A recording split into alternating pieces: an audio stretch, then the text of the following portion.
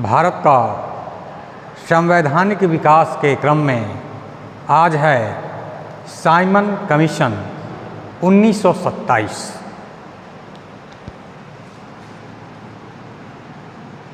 Simon commission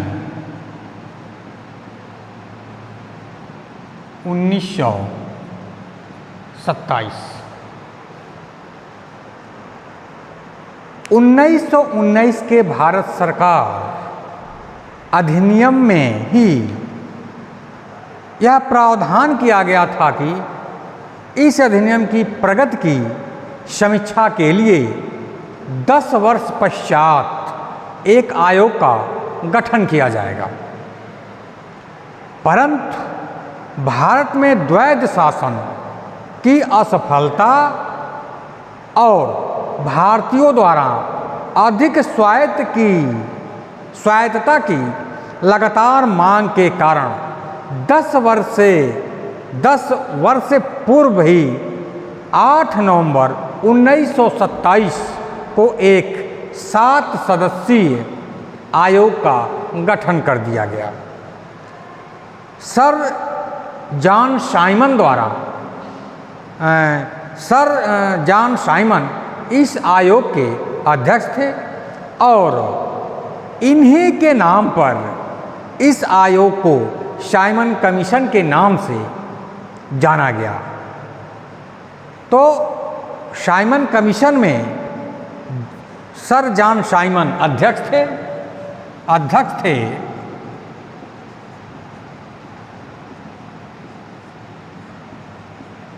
sir John Simon. इनके अलावा 10 सदस्य, इनके अलावा तो सर जॉन साइमन आयोग के अध्यक्ष थे और इन्हीं के नाम पर इस आयोग को साइमन कमीशन के नाम से जाना गया। सर जॉन साइमन के नाम पर ही इस आयोग का नाम साइमन आयोग रखा गया। तो साइमन आयोग के जो अन्य सदस्य थे, अन्य सदस्यों के नाम निम्न हैं। लॉर्ड बर्न, अन्य सदस्यों के नाम पहला नाम है जो सदस्य हैं, पहला है Lord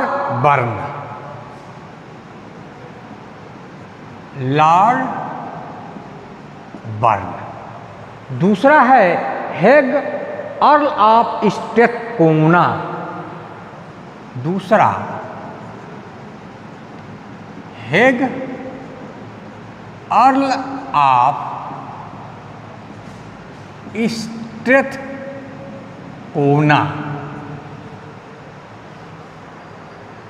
earl of Strath Haig earl of स्ट्रैथकोना।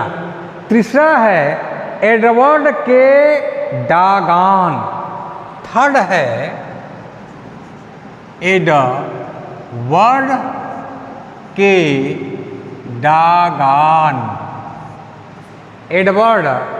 डागान। चौथा है बर्नर हार्मशान। चौथा है बर्नर हार्मशान।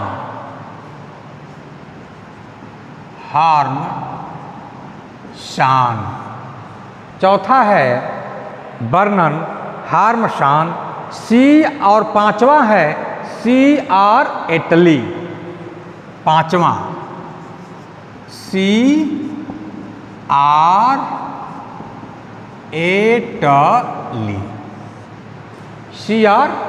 एटली।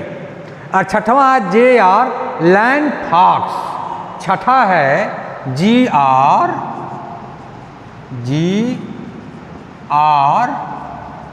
लैंड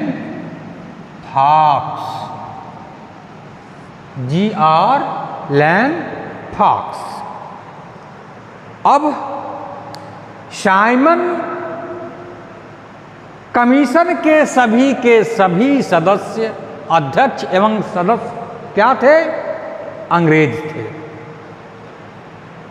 सभी के सभी सदस्य जो है अंग्रेज थे, इसीलिए इसे श्वेत आयोग कहा गया। श्वेत आयोग, श्वेत आयोग।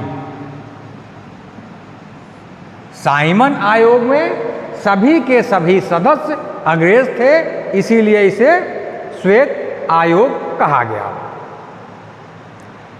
किसी भारतीयों को आयोग में शामिल नहीं किया गया। किसी भारतीय को आयोग में शामिल न किए जाने के कारण आयोग का भारत में बड़े पैमाने पर विरोध हुआ। कांग्रेस के मद्रास अधिवेशन में जिनकी अध्यक्षता एम.एन. अंसारी ने की थी, कांग्रेस के मद्रास अधिवेशन में जिनकी अध्यक्षता एम.एन. अंसारी ने की थी, आयोग के पूर्ण बहिष्कार का निर्णय लिया गया। कांग्रेस के मद्रास अधिवेशन में आयोग का पूर्ण रूप से बहिष्कार करने का निर्णय लिया गया। साइमन आयोग 3 फरवरी 1928 को बंबई पहुंचा। 3 फरवरी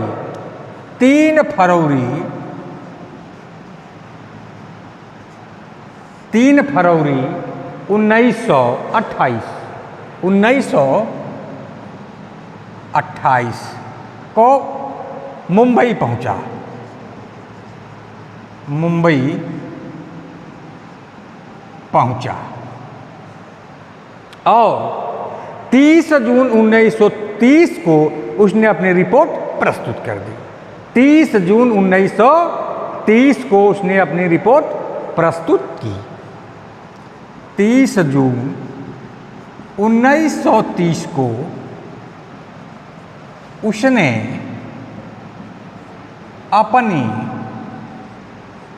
अपनी रिपोर्ट प्रस्तुत की। 30 जून 1930 को उसने अपनी रिपोर्ट जो है प्रस्तुत की।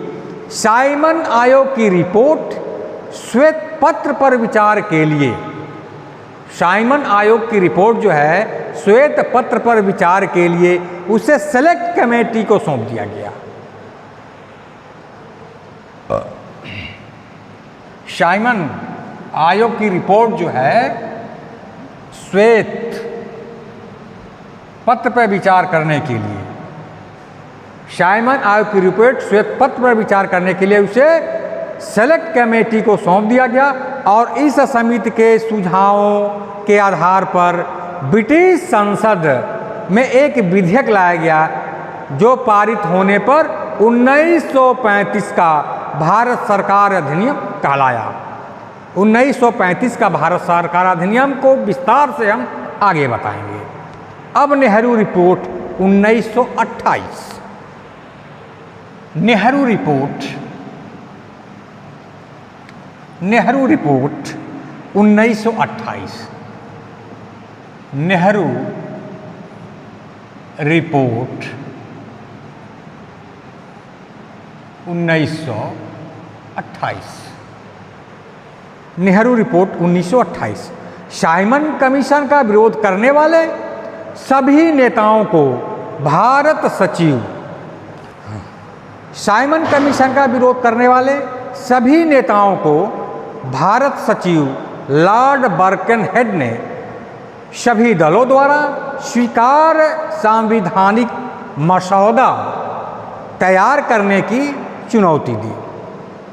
साइमन कमीशन का जो विरोध करने थे, नेता लोग जो विरोध कर रहे थे, उन सभी नेताओं को जो भारत सचिव थे लॉर्ड बर्कनहेड ने सभी दलों को स्वीकार कर किया और संवैधानिक मसौदा तैयार करने के लिए चुनौती दे डाली। कांग्रेस ने इस चुनौती को स्वीकार कर लिया और पंडित मोतीलाल नेहरू की अध्यक्षता में एक 10 सदस्यीय समिति का गठन किया गया, जिन्हें नेहरू समिति के नाम से जाना जाता है। समिति ने 10 अगस्त 1928 को अपनी रिपोर्ट प्रस्तुत की। यही रिपोर्ट नेहरू रिपोर्ट कहलाती है। नेहरू रिपोर्ट की मुख्य सिफारिशें निम्न थी। नेहरू रिपोर्ट की सिफारिशें क्या थी उसको देखिए। औपनिवेशिक स्वराज, पहला क्या था? औपनिवेशिक स्वराज, पहला क्या था? औपनिवेशिक स्वराज। दूसरा है केंद्र में पूर्ण उत्तरदायी शासन। दूसरा है केंद्र में पूर्ण उत्तरदायी शासन। तीसरा है प्रांतीय स्वतंत्रता। प्रांतीय स्वतंत्रता। और चौथा है मौलिक अधिकार। चौथा है मौलिक अधिकार।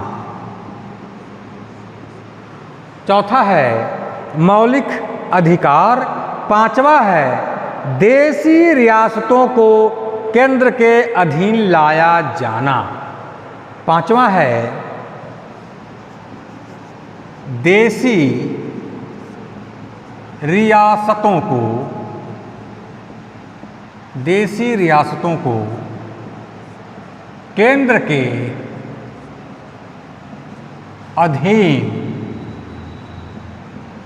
लाया जाना।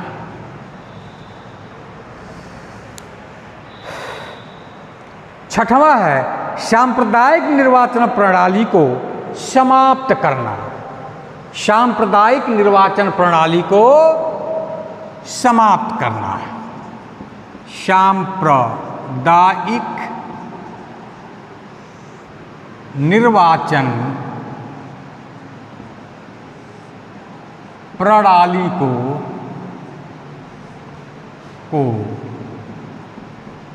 समाप्त करना। सांप्रदायिक निर्वाचन प्रणाली को समाप्त करना। छठा है सर्वोच्च न्यायालय की तत्काल स्थापना करना। सर्वोच्च न्यायालय की तत्काल स्थापना करना। सर्वोच्च न्यायालय की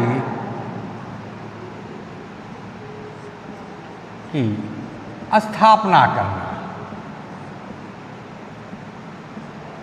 सर्वोच्च न्यायालय की स्थापना करना। आठवां है उत्तर पश्चिमी सीमांत प्रांतों के लिए समान दर्जा। उत्तर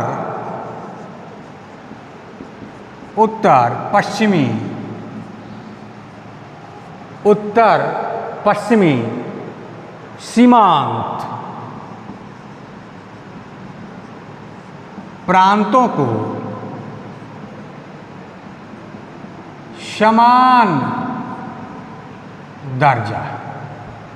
उत्तर पश्चिमी सीमांत प्रांतों के लिए समान दर्जा। सिंध का बंबई से पार्थक्य। सिंध का बंबई से पार्थक्य। सिंध का बंबई से पार्थक्य। सिंध का बंबई से पार्थक्य। मुसलमानों के लिए आरक्षित स्थानों के साथ सम्मिलित निर्वाचक मंडलों का गठन। मुसलमानों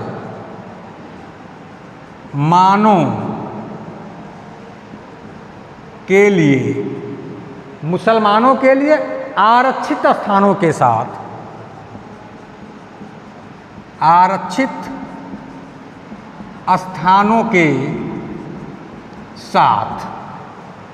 आरक्षित स्थानों के साथ सम्मिलित निर्वाचक मंडलों का गठन। निर्वाचक मंडलों का गठन।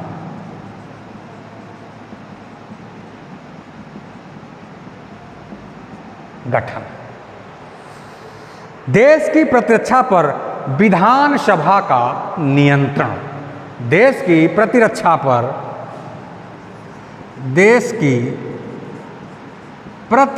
पर विधान मंडलों का नियंत्रण।